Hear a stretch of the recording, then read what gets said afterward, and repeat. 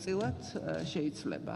ხოლო კონკრეტული ქვეყნების ჩამონათვალი საქართველოს ღონისძიებებს 72-დაც მინდა კითხოთ, რადგანაც თქვენ თქვით, რომ არ გინახავთ სულ Front News-ი და Prime Time-ი თუ კიდე გაქვთ ბატონმა ბიძინამ ყველა გააოცა თავისი გადაწყვეტით ისა, რომელიც 18-ში განხორციელდება.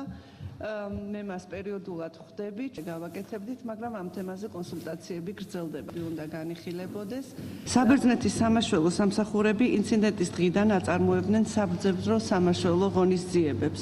72 საათის განმავლობაში მიმდინარეობდა ძებნა ზღვის სიღრმეზე, ზღვის ფსკერზე. ამის შემდგომ კი 24 საათის განმავლობაში დაკარგულ კაპიტანს ეძებდნენ ზღვის ზედაპირსა და მიმდებარე ხმელეთზე. პირველ რიგში ოჯახის წევრებს არ დარჩეთ იმის განცდა, რომ საქართველოს ხელისუფლებამ საკმარისი არ გააკეთა დაკარგული კაპიტნის მოსაძებნად.